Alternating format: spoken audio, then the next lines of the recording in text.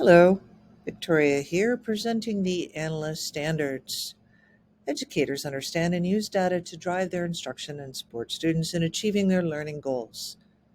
By leveraging data, classroom teachers can better understand their students' needs, tailor their instruction, and provide targeted support to help students achieve their learning goals. By employing strategies with data, a curriculum coach can effectively utilize data to inform instruction and support students in achieving their learning goals.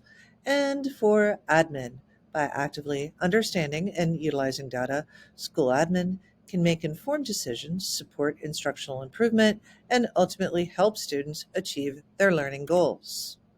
I do a deep dive into Analyst as curriculum coach, Analyst as classroom teacher, and Analyst as administrator.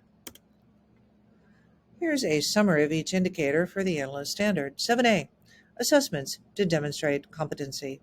Provide alternative ways for students to demonstrate competency and reflect on their learning through technology. 7B, accommodating assessments to student needs. Design and implement a variety of formative and summative assessments using technology that accommodate learners' needs. Provide timely feedback to students, which in turn informs instruction. And 7C, using assessment data, using the assessment data to guide the progress of the student and to communicate with all stakeholders, ultimately building the student's self-direction.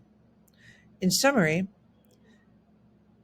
all this assessment data empowers students to take ownership of their learning, showcase their abilities in diverse ways, and develop essential skills for success in the digital age. I have an expansion of the Analyst indicators here, extra, if you would like to go back and read.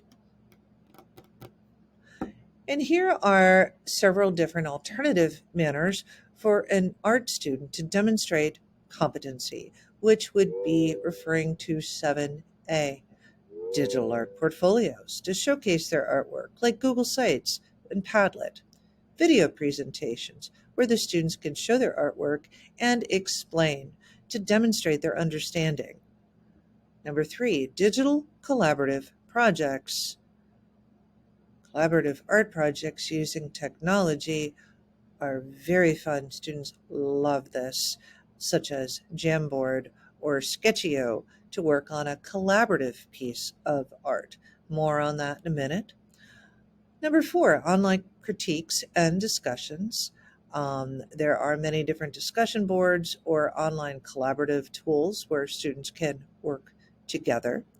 Interactive art quizzes, where the teacher can come up with their very own quizzes or find pre-made ones in things such as Kahoot and Quizzes. Virtual art exhibitions is number 6, where students can showcase their artwork to the school community, their parents, grandma, anyone they wish. And last but not least, digital art journals or blogs, utilizing such apps such as Blogger, WordPress. Students can document their journey, they can reflect on their learning, and showcase their growth over time.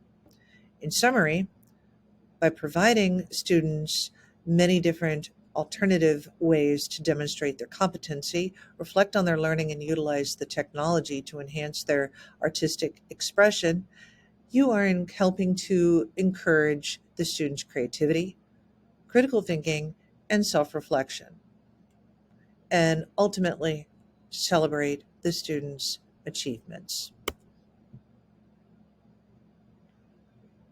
This is a real life example. The little sticky notes on this Jamboard are actual statements by fifth grade students of mine. I actually use this for both a formative and a summative about a week apart. But this one is showing an example for 7A, a digital collaborative project, which also happens to be an assessment. And this one is for summative. And what I was looking at it for was to assess if the students understood the purpose of art for this and relating it to their visual literacy. So here we were analyzing a Jacob Lawrence painting.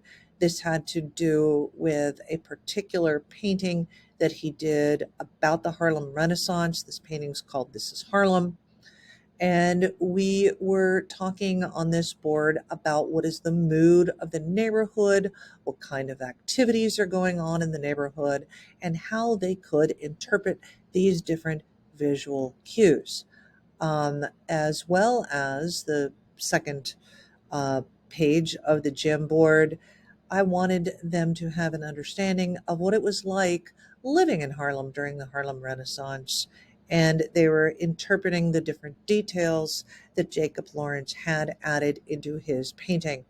And I must tell you that the students tremendously enjoyed this. I believe they enjoyed it more and got more out of it than if we were doing a simple group discussion where they were raising their hands and we were talking out loud. This was slightly anonymous, and I think they really enjoyed interacting with the technology as well, and they got a lot out of it. It was quite fantastic. Right. Thank you.